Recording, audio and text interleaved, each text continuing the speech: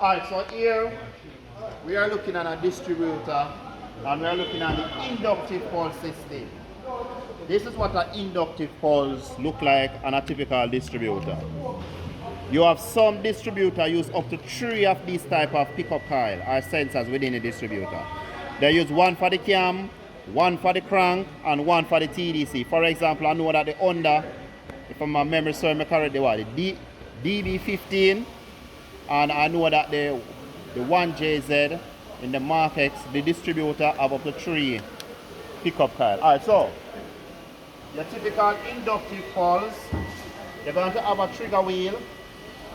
This trigger wheel can be driven by a camshaft, or it can be driven by the crankshaft too. Here we have a pickup coil, look paper, we have a permanent magnet with this sensor, permanent magnet.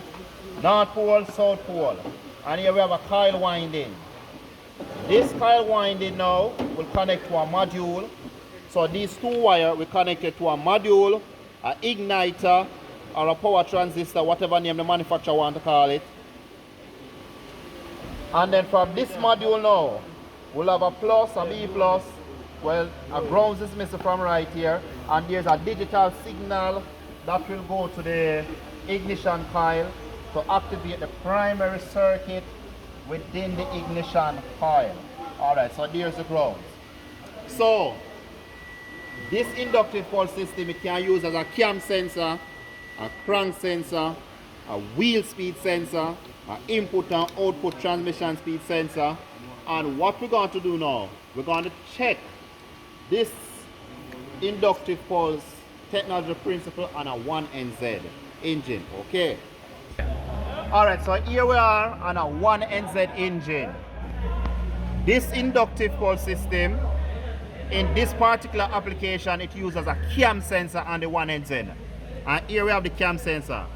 We remove the valve cover, and here we have a trigger wheel. And with this trigger wheel now, here we have the sensor. And if I should put this right here, we can feel the magnet inside the sensor.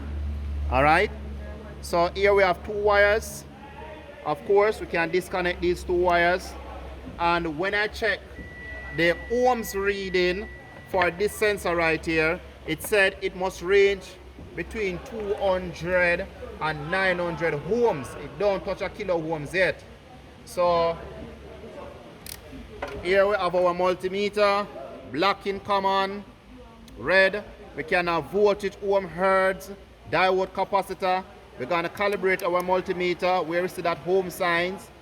We said that the range is supposed to be 200 to 900 ohms. It's an M. M is a mega million. No, we don't want that. So I'm going to change the range. So there is no K. So this is the range that I want. So let us measure the ohms of this sensor. So let us touch these 2 leads together. And good. So let us measure the ohms and see if we are getting the correct reading. So I'm going to put it on the left. Or that well with some light.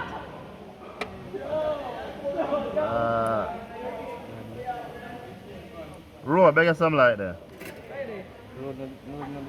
Oh, down somewhere. Good. No, man, I'm not getting no water the sensor here. I know me a touch.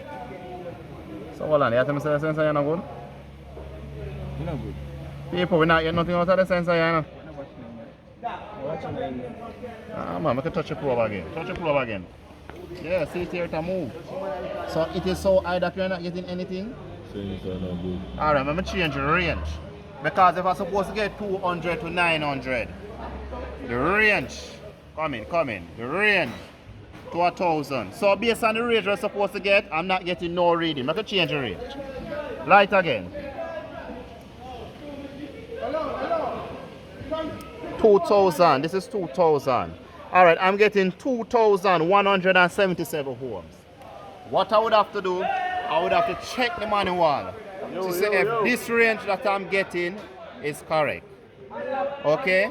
But when I check this information on the internet, I was getting like 200 to 900. So I'm not sure if what I'm getting on the internet is correct. So this is where I would require a manual to ensure that the ohms reading is correct. So I'm getting reading 2,177 ohms, but I'm not sure if it is correct. So that will require the manual. All right, that's it.